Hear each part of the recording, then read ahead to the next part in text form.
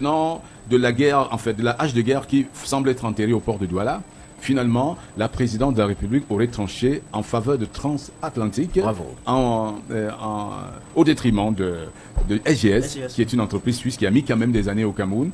Alors, la nationalisation du banc de touche au port de Douala a été effective, donc, a été rendue effective avec l'entrée en jeu de Transatlantique depuis le 2 janvier, au détriment de SGS qui a opéré pendant des années. Il faut dire l'entrée de SGS en scène avait fait beaucoup de remous aussi à l'époque et les hommes d'affaires n'aimaient pas trop entendre parler. Et voilà Transatlantique qui fait son entrée au port de Douala. La présidence a donc tranché. On n'a pas dit le président, hein. On a dit la présidence. On a dit la présidence. Allez voir qui, qui à la présidence avait intérêt. Est-ce que ça se passe comme ça? Point d'interrogation. La présidence. Allez voir qui avait intérêt à ce que ce soit tranché ainsi. Cette affaire n'est pas terminée certainement parce que vous savez, avec ce qui se passe dans ce pays, il faut... Chez nous, c'est toujours bizarre, président. On n'arrête jamais quelque chose de manière normale. C'est-à-dire qu'il y a toujours des problèmes. Pour qu'on passe à quelque chose, il faut toujours qu'il y ait des problèmes. Mais il se pourrait quand même que c'est depuis pas mal de temps que SGS aurait été informé de sa future cessation d'activité. Alors, dans ce sens-là du scanner, et c'est plus tard, le 2 janvier, que le port de Douala décide de mettre en application cette décision qui rend donc opérationnelle l'entreprise Transatlantique, qui est une entreprise camerounaise. Oui. Et fort de son succès, après le départ de Bolloré, la gestion du terminal à conteneurs du port de Douala, le directeur général du port a de plus en plus des faveurs de sa hiérarchie dans ce type de décision, parce qu'on sait qu'il en a pris une qui a failli lui coûter très gros. Il a failli se faire enlever un jour à l'aéroport de Douala. Cette affaire c'était vécu un peu comme une histoire du Far West, quoi. Mais voilà, aujourd'hui, le port de Douala ramène plus de recettes qu'à l'époque de Bolloré. Et on se demande, est-ce qu'avec Transatlantique, il y aura plus de vigilance, plus de clarté? Il faut dire également, d'un autre côté, cela relève de la sécurité nationale. Il faut le savoir. L'entreprise qui scanne les conteneurs, c'est une entreprise où il doit avoir l'œil du Cameroun. Parce que c'est elle qui vous dit ce qu'elle a vu dans les conteneurs. On peut déstabiliser un pays en passant par le port. Ça, il faut le savoir. Pour la sécurité nationale, parfois, je pense même qu'on devrait avoir intérêt que c'est une entreprise nationale qui soit chargée de scanner. Et il se pourrait que le scanner de SGS n'atteignait pas certains niveaux de performance de manière à garantir la transparence réelle des conteneurs. Voilà pourquoi le directeur du port aurait décidé de confier à Transatlantique qui se serait doté du matériel de dernière génération en la matière. Nous, on utilise le conditionnel parce que tant qu'on n'a pas les acteurs eux-mêmes qui nous racontent leur version de l'affaire, on ne peut pas prendre pour argent comptant ce qui nous remonte comme information. Donc, on donne quand même des pistes d'information pour dire Transatlantique serait préféré à SGS d'abord pour une question de sécurité nationale. Avec tout ce qu'on a connu comme crise post-électorale, il faut savoir qu'est-ce qui rentre, qu'est-ce qu'il y a dans ces conteneurs. Pas seulement que quelqu'un se signale, oui, j'ai vu tel chose, c'est bon. Donc il faut avoir l'assurance de ce qui rentre au Cameroun. Pour déstabiliser un pays, on peut passer par le port, on peut faire rentrer les choses. Donc il faut savoir que c'est toujours important de nationaliser ce volet de la chose. Et c'est très important même de nationaliser. Nous ne sommes pas en train de nous porter membres de fan club de qui que ce soit, mais on dit les choses telles que nous le voyons aussi à notre niveau. Donc, tant mieux si l'activité... L'aspect que vous venez de mentionner sur le fait qu'effectivement Transatlantique effectivement a un matériel qui est plus adéquat sur le scanning effectivement. Aurait un matériel de dernière génération qui irait plus loin que les équipements de SGS. Si c'est cet aspect des choses, si c'est la raison pour laquelle on l'a confié le marché, non problème. Hein? Oui, mais il faut aussi préciser, président, que de la même manière, n'est-ce pas, que ça peut servir à faire le bon travail, ça peut aussi servir à faire quelque chose de pas très clair. Bien sûr. Ça dépend de qui contrôle. Ça dépend de qui contrôle, président. Qui contrôle. Voilà, dans la guerre de clans, ça peut être un positionnement stratégique pour préparer ces choses. Très bien. Bon. On dit ça et on ne dit rien. Que des batailles de David à Goliath, il en existe. On a vu donc un directeur faire le bras de fer avec un ministre de la République. Un puissant ministre argentier de la République. Quand même, c'est une image, je vois quelque chose à retenir de ce bras de fer. Et c'est la présidence de la République qui est intervenue dans cette affaire. Et avant que d'intervenir, je pense que la question des clans au sein du gouvernement était déjà interpellée quant à comprendre qu'est-ce qui donnait autant de poids quand même à un directeur de port. Voilà, pour tenir tête à l'argentier national. Et voilà, fallait avoir forcément la côte qu'il faut et les armes qu'il faut pour cela. Mais on prend quand même une issue finale quant à se dire que au sommet de l'État, ça peut parfois frapper, ou du moins au sommet de la présidence de la République. À la présidence. Pas de on serait la heureux présidence. Que la présidence frappe ainsi dans toutes les affaires, n'est-ce pas, président, qui oppose des clans au Cameroun. En parlant du sport aussi. Et il faut aussi dire que la sortie de Transatlantique DSA met en avant certains premiers chiffres. Qu'est-ce qu'il dit? Ils disent à peine entrée en activité, Transatlantique affiche des performances opérationnelles jugées solides du port autonome de Douala, Bonabéry. L'entreprise indique qu'elle entre en activité le 2 janvier juillet, date de prise en main effective du scanning, et elle a pu faire la phase de démarrage. 2856 conteneurs ont été scannés pour 245 inspections pleinement validées. La même communication fait état de 1682 images exploitables, alors qu'on n'avait pas fait ça les années antérieures. Waouh. Vous voyez, c'est là où on parle de ce matériel de haute technologie, de dernière génération, que ce serait doté transatlantique. Bon, tout ce qu'on sait, c'est qu'il faut que le boulot soit bien fait. C'est tout. Et que ce ne soit pas une opération pour garantir un certain nombre d'opérations à un clan. À tête chercheuse, Voilà, finalement. à tête chercheuse. Quand on sait qu'il y a eu un gros manque à gagner quand même pour d'aucuns, vivement que ça recommence et que D'aucuns. voilà. Et voilà, la danse, D'aucuns. j'ai envie de dire, la guerre des clans, ça continue, la guerre dans le gouvernement. Ketia Korté réagit en fait, piqué au vif par Paul Atanganji, après sa sortie menaçant donc de traduire, ou alors de garde à vue toute personne contrevenant à la nouvelle règle d'assainissement de Yaoundé, c'est-à-dire ne plus jeter les ordures par terre. Enfin, Ketia Korté sort et distribue les brouettes et les choses. Où était-elle avant? Bonne intervention. Il a fallu que Atanganji réagisse pour la piquer au vif, qu'elle pense, ah oui, il faut distribuer les pelles, il faut distribuer les balais, il faut distribuer les brouettes aux mairies, madame la ministre. Il y avait quoi avant? Il y avait quoi? Président, je vous avais dit ici, et je le redis encore, que si le MINAT sort pour une telle chose, ça veut dire que les ministères responsables de cela ont échoué. C'est ce que ça signifie tout simplement. Ouais. Et il y a 4 ministères, j'ai cité les 4 ministères qui étaient responsables effectivement des ordures, qui ont une responsabilité, qui ont des actions, qui ont des mains là-dessus. Il y avait 4 ministères, mais si vous vous rendez compte que ces 4 ministères ont échoué. Premier ministère, c'était lequel? Ministre de L'environnement. la ville, L'environnement. du développement urbain, Oui. ministre de l'environnement. Et puis par la suite, le second ministère, celui de Ketia Kouters. L'habitat. C'était l'habitat et développement urbain. Oui, et puis le troisième maintenant, le ministère de la Santé aussi. La santé. Oui, le ministère de la Santé a aussi Il doit manié ramasser là-dessus. les ordures? Pas ramasser les ordures, mais en ce qui concerne la santé, je pense que les déchets d'ordures, je ne sais pas comment est-ce ils ont appelé ça, mais les déchets d'ordures, je ne sais pas sûr au niveau de comment Les ça se passe. déchets ménagers ou les ordures? Non, les Ça rentre dans le déchets, programme? les déchets, oui, je pense, je vais retrouver ça après. Maintenant, le quatrième élément, le quatrième ministère maintenant, c'est celui des mines. L'eau et l'énergie. Parce qu'on peut prendre les déchets d'ordures, Pour fabriquer du gaz. par exemple. Donc vous voyez qu'il y a 4 ministères par rapport à ça. Mais ce qui est plus intéressant, c'est qu'en 2022, on nous a fait comprendre que Douala, lui seul, était en train de ramener 2700 tonnes d'ordures par jour. Douala. 2300, je pense bien. Yaoundé, par contre, était à Ne dis 3000. pas les choses que tu penses, il faut que tu sois 3000. sûr. Hein. 3000, je pense qu'on a reçu notre influenceur ici. Comment est-ce qu'on l'appelle? Il a mentionné que pour Yaoundé, en 2022, c'était de 3000. 3000 tonnes d'ordures par jour. Benjamin Conga. Oui, Benjamin Conga, merci. Ouais, ouais, 3000 tonnes d'ordures par jour. Et ça, c'était en 2022, Il n'est pas 2023. influenceur, du moins pas Bon, qu'influenceur. pas qu'influenceur, créateur de contenu. Donc vous vous rendez compte que si on était en 2022, 2023, aujourd'hui on est en train d'aller à 2020, on est en 2026, ça dit forcément si la population a augmenté et on s'est rendu compte qu'on est forcément passé à plus de 3000 tonnes d'ordures par jour. 3000 tonnes d'ordures par jour, où on a des ministères effectivement qui ne font pas leurs responsabilités ou qui n'appuient pas les actions pour pouvoir cerner effectivement ce problème qui mine notre société. Ça veut dire tout simplement que on a quelqu'un qui s'est positionné en haut et qui a décidé véritablement de réagir en mettant les uns et les autres en back-office. Si les uns et les autres sont en back-office, qu'est-ce que cela veut dire? Ça dit que d'une certaine manière, aujourd'hui, il n'y a plus de colonialité entre les ministres. Ça dit que le gouvernement, aujourd'hui, a des véritables problèmes. Chacun fait ce qu'il veut faire quand ça passe dans sa tête. Tant que ça ne passe pas dans sa tête, est-ce que c'est le En ministre... attendant, on crée des églises. Oui, On valide de nouvelles églises. J'ai pas encore fini, président. Donc ça dit qu'en attendant effectivement que chacun fasse sa part, c'est un qui décide de faire ce qu'il voit pas normal. Et si lui vient le faire et l'autre aussi sort, qu'est-ce que cela sous-entend, président? Il y a un véritable problème au sein de notre gouvernement camerounais.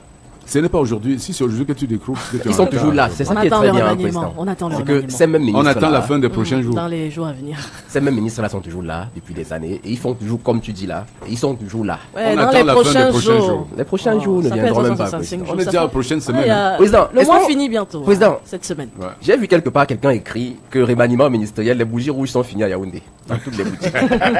On ne voit plus les bougies. Parfum quitte à. Alors, parlons maintenant des églises. Le Nkoukouma autorise de nouvelles églises. Hey, des nouvelles églises. C'est pourquoi faire? Président, je pense que les églises au Cameroun, enfin en Afrique, c'est comme la bière. Ouais.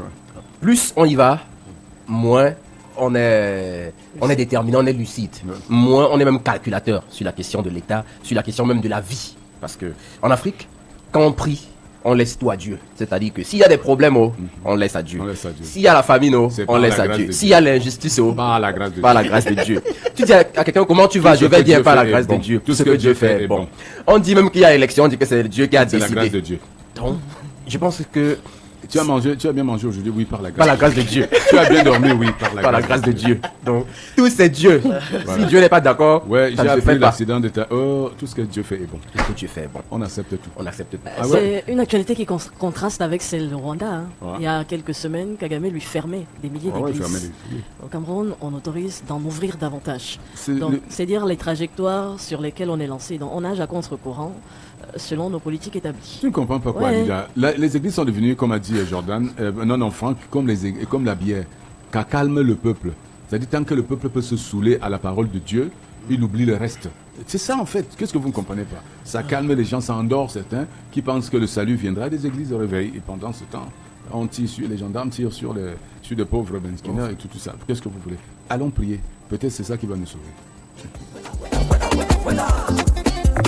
C'est la fin du débat du matin. Ah ben, apparemment, tu avais encore un sujet aujourd'hui. Vous pensez qu'on va laisser ce sujet-là comme ça? C'est seulement 7h52. Ouais, tu demandes pourquoi 55. Maintenant, on est à 55. Non, on a 52 président. Bah, Pourquoi oui. Tu 55? voulais parler de quoi? Président, en 2025, en mars 2025, on a fermé près de 188 églises Ouais. à Yaoundé, Mhm. soit disant que c'était les églises de Rouveil. Mhm. On vient en premier mois de 2026, dit qu'il y a d'autres, on autorise d'autres églises à ouvrir. Jordan, pas que c'était des églises de réveil, des églises non déclarées. Non déclaré. Non déclarées. Et on a ouvert combien cette fois-ci? Je pense qu'on a ouvert 8, je pense, d'après le... 8 nouvelles églises. Oui, d'après Donc, sur 188, on a autorisé. En fait, que mon 8. problème, c'est au niveau de la continuité. Mhm. C'est-à-dire que en l'année X, on vous fait comprendre qu'il y a X chose qui n'est pas bonne. L'année Y qui suit, on vous fait comprendre que cette X chose-là est bonne. Tu sais qu'aujourd'hui, il y en a même qui louent leur décret. hein. Pardon. L'église est devenue un gros business. Il y en a qui louent leur décret à des petits pasteurs au quartier. Alors, un petit pasteur se déclare, il vient voir le pasteur Jordan. Sango pasteur, je vais écrire. Jordan dit, ok, je te loue mon décret. Tu es comme ma succursale de ce quartier. Ça c'est le business des églises que tu dois savoir. Les papas pasteurs font des mini-pasteurs en prêtant le décret. Quand on vient, il dit non, je dépends de telle église. On dit oui, c'est mon extension. Comme une banque ouvrirait des agences dans les quartiers. Ah, tout ça. je vous comprends bien. Mais sauf que les agents peuvent porter des noms différents. Le petit pasteur devient chef d'agence. C'est ça en fait le business des églises. D'accord. Laissons même le volet que j'ai envie de prendre la présidente. Depuis que les églises aujourd'hui sont là, depuis que voilà ce taux est en train d'augmenter aujourd'hui, est-ce que vous avez posé la question de savoir si le taux de mal a diminué? On continue toujours à compter. Est-ce que l'église est là les pour régler le féminicides, mal? L'église là pour faire quoi? L'église est là pour faire grandir la foi des gens. Pour conscientiser la prier. population. On est là pour prier, pour adorer Dieu. On n'est pas là pour guérir le mal dans le monde. Dieu, si on adore Dieu, c'est pour faire quoi? Non, c'est pour que Dieu ait pitié de nous. Seulement. Oui, c'est tout. Donc, tu c'est fais pour tout ça espérer pour le la paradis. pitié. Pour espérer le paradis. Le paradis, là, où Soyons un peu c'est situé sérieux. où le paradis là? Je ne sais pas, Seigneur. Soyons je un ne peu sais sérieux. Je pense que l'Église déjà a pour objectif premier de regagner des âmes, c'est-à-dire que permet aux uns et aux autres effectivement d'avoir une certaine posture vis-à-vis une certaine posture citoyenne et vis-à-vis du christianisme. C'est-à-dire que on doit toutes les personnes qui vont aujourd'hui à l'Église, toutes ces personnes qui sont considérées comme enfants de Dieu, parce que nous sommes tous des créatures de Dieu, mais nous ne sommes pas encore les enfants de Dieu. Je pense bien que c'est ça qui dit, c'est la différence entre ces deux. C'est quoi la différence? Hey. Donc je pense que nous sommes des créatures de Dieu, mais enfant de Dieu maintenant c'est celui apparemment qui suit Aïe, aïe. toutes les recommandations. Ce sont les mots. Bon, ce sont les mots, c'est ce qu'ils Ce disent. sont les mots. Non, je vais y arriver, président, je vais y arriver. Ce que j'essaie de vous faire comprendre, c'est que depuis que ces églises-là existent, depuis qu'il y a une prolifération des églises, c'est comme ça que même le taux de mal aujourd'hui est en train de proliférer. À gauche, on a tué. À droite, on a tué. Donc vous vous rendez compte que l'église véritablement n'a plus son apport. Et une autre chose, l'église est en train de détruire les mariages. Je connais de nombreuses C'est femmes. aujourd'hui que tu découvres. Ça fait longtemps. Ça fait Bon. longtemps. Il y a des femmes, il y a des hommes qui ont perdu leur femme à l'église. Il y a des pasteurs même qui ont envoûté les femmes des gens. Je dis envoûté. Nous on a vu un cas à leur baba où le pasteur a envoûté la fille. Tu regardes le pasteur là, tu regardes la belle fille là, tu dis, je dis, elle est la belle fille ici. Est-ce que tu vis? Parce Tu la vois comme il n'est pas beau, il n'est pas beau. Bien clair. J'ai dit, tu regardes le pasteur là, tu vois la jeune fille là. Président, je pense Non, qu'il y a... Et justement, la famille de la fille qui était aussi endormie par le pasteur a fini par se réveiller. La fille avait un fiancé. On a détourné la fille de son fiancé. Le gars lui-même, Wanda, il ne comprend plus rien. Mais il ne s'est pas découragé, il s'est battu. Mais 2 enfants plus tard, qu'est-ce qu'il pouvait encore faire? Le pasteur a accordé 2 enfants à la pauvre, que quand la maman se réveille un jour, parce que le même pasteur elle veut aller avec elle. Avec la maman. Oui, il y avait la maman, il avait des embaumés, ce qu'a fait. Incroyable. Elle Non, dit, Hey, pasteur, tu fais quoi Ce comme gars ça est fort, hein. Il était déjà en train de fort. vouloir Tu fais consommer. comme ça. Il était en train de vouloir consommer la maman. La maman a senti la consommation commencer. C'est là il Elle a senti la consommation. Président, il faut dire que ces églises, quand même, à certains endroits, C'était. exagèrent. J'ai dit que cette église de leur baba, il louait dans une maison que mon ami en France avait acheté. C'est où je connais l'histoire. On était venu, le gars voulait l'expulser pour commencer son chantier. Le gars a grimbatisé le terrain. Jusqu'au jour, on n'a jamais posé un parfum. Jusqu'aujourd'hui, le gars n'a jamais posé un parfum. Il a dit au gars, ne me cherchez pas. L'esprit de Dieu est ici. Et si tu continues, tu vas voir ce que tu cherches. Le gars est rentré en bain. Le foirage qui a commencé. C'est le sur même lui. Dieu. Les pasteurs, la maman là s'est réveillée. Elle sort de là. Elle porte ses habits. Pasteur, qu'est-ce que je veux faire comme ça? Elle était partie pour une onction, quelque chose. Le gars dit, mais enlève un bel C'est toujours l'onction. il dit, je te mets ça. Je déclare au nom de Dieu que tu fais ci. Laisse-moi Comment faire. ça? Laisse-toi aller. Consommer. L'esprit de Dieu est rentré en moi pour te sauver. Même Il notre est en train créateur a d'enlever souffert. son petit caleçon en disant à la maman que l'esprit de Dieu est rentré en lui. La maman sent que le type est en train de la consommer. Il y a des consommations pour guérir même de la stérilité. D'ici voilà, pour guérir de la stérilité. Si votre femme a du mal à enfanter, vous allez. Le pasteur consomme comme ça pour guérir la stérilité.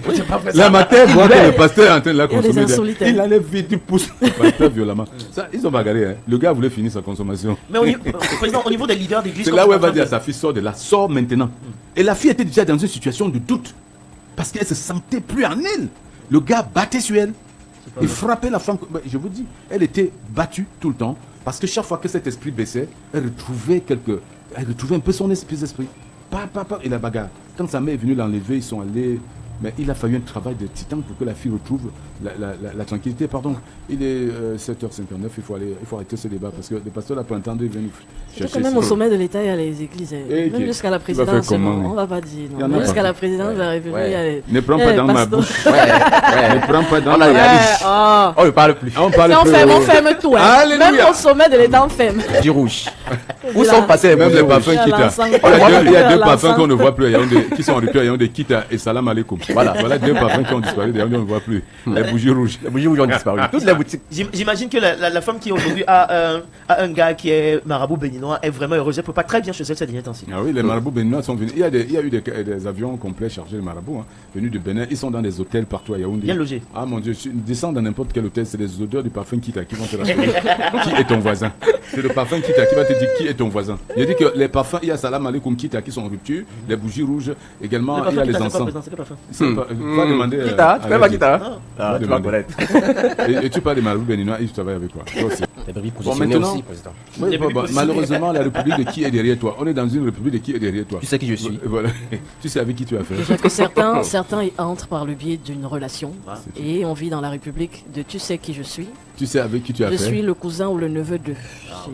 Et comme disait, c'est Jean-Michel Cancan qui savait répondre. Tu sais à qui tu as fait. Amouf, que tu es qui? Ce sont les petits mots de Yaoundé. C'est Jean-Michel Cancan qui dit Amouf, ça ce sont les petits mots de Yaoundé. Tu sais à qui tu as fait, que tu es qui même. Il y en a qui font le bruit même pour rien. Tu sais à qui tu as fait, que tu vas faire quoi. Alors parlons maintenant.